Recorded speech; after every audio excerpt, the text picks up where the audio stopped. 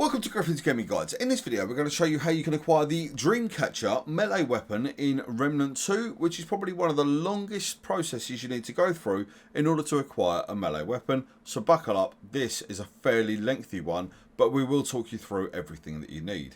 Now you're going to be able to acquire the Dreamcatcher provided you've got the Morrow Parish starting point in La Somme. You're then going to need to go all the way through the biomes to the Tormented Asylum, where you're ultimately going to be able to take on the world boss. Before we get there though, there are a fair few steps. Firstly, you need to go through Morrow Parish until you get to the Asylum. Once there, you need to go through, take out all of the nurses that are there, and then proceed down into the cells, where you're going to be able to go up and around, take out Ripsaw, who will be an aberration out in the courtyard, who's currently trapped in a shed. Once you've taken him down, you're then going to be able to collect the Asylum 3rd floor key from the table in the shed where Ripsaw was residing. You're then going to be able to go up to the 3rd floor of the Asylum itself by following the path in the video. We are going to get to that in a tick. Obviously there are a fair few steps, so stay with me on this one. Once you're up on the 3rd floor, you're then going to get ambushed by a good amount of Fae. With the Fae taken down, stay in the first room. You're then going to be able to go out onto the balcony by jumping through the right side window and collect the prison key.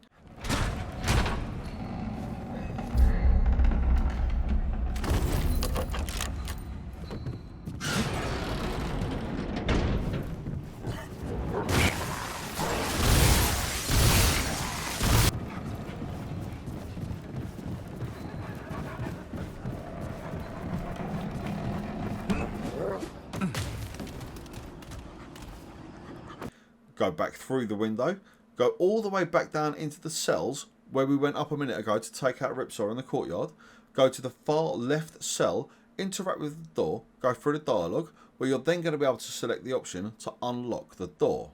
Now once you go to unlock the door, it can be a little bit spooky, as I'm bloody sure, even by the footage that I've double checked and by the game I've already played, we're talking to someone in this cell. However, when you open the door, there's no one there. Ooh.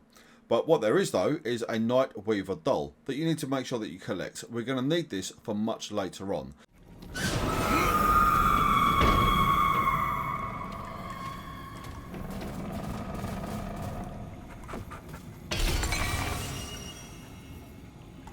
You then need to go through to Nimue, who can be found in Nimue's retreat. Go back up to the 3rd floor.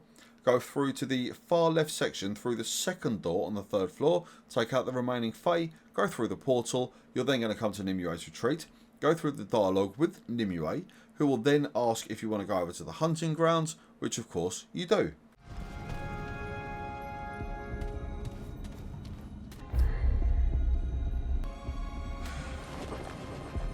So it shall be. Now you're going to need to go through the biomes until you get to the castle. You're either going to come up against Magister Dulon or the Red Prince, and you want to hope that you get Magister Dulon, as the Red Prince is one of the toughest bosses in Remnant 2, so if you do get him, that's just bad luck. You need to take him down in order to progress through, where you're going to be able to collect the Soulkey Tribute from a corpse the Nightweaver, who's the world boss in La Somme from the Morrow Parish biome, will be feeding on. With the Soulkey Tribute acquired, you're then going to be able to go through the portal that the Nightweaver would have fled through after she shrieks and knocks you down to be coming back into the Asylum. Unlock the previously locked door, go back down into the cells where you're going to find the web that's just in front of you. Now this isn't the Nightweaver's web as the trophy or achievement kind of description would lead you to believe. That comes in a minute. You need to use the Soulkey Tribute on the web, which will then transport you to the Tormented Asylum, which can be a little bit freaky. So if you're ever nervous disposition, you're going to have to buckle up for that one. Now once you're in the Tormented Asylum, you then need to go into the first cell on your left, where you're then going to be able to interact with the spider's web at the back of the cell. You're then going to be able to exchange the Nightweaver statue we got earlier from opening up the cell door where there was no one there, where you're then going to be able to finally acquire the Dreamcatcher melee weapon, which is a very important melee weapon in Remnant 2 as it does have a fair few functions. Now at first glance, the Dreamcatcher melee weapon doesn't look like it's going to be effective against the wet paper bag. However, the built-in ability that it has, called Dream Wave, is possibly one of the best abilities in the entirety of Remnant 2.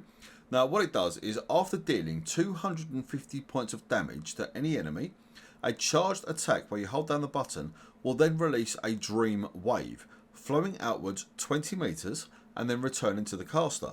Dream Wave will apply slow to all enemies for 10 seconds and grants a stack of Reverie for each enemy affected. Each stack grants plus 2% to all damage and plus 2% movement speed, which then lasts for 15 seconds.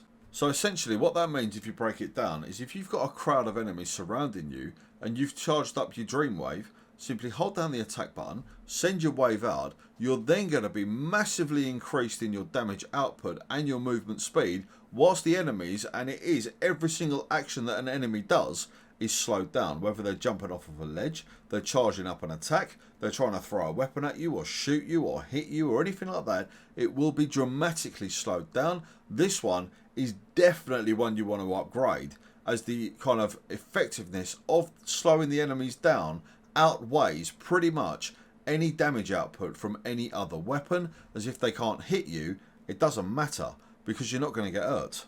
Now, other than that, it does have a kind of couple of normal staff abilities where it can slash about. You can do a nice little charged backstep attack where you'll do a spinning kick forward and then thrust the Dreamcatcher weapon around, smacking an enemy fairly hard. It must be said, even at level 1, it is a very decent, powerful weapon, this.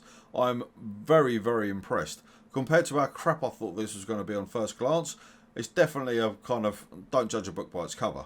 But anyway, that's where you can acquire the Dreamcatcher melee weapon in Remnant 2. I do hope that the guide helped you out. If it has, please do me a massive favour. As this one was such a pain in the backside to get, click the sub button. It will help us out a great deal. Either way though, whichever you decide to do, please enjoy the rest of the video. You guys take care of yourselves, and we do look forward to seeing you back here at Griffin's Gaming Guides.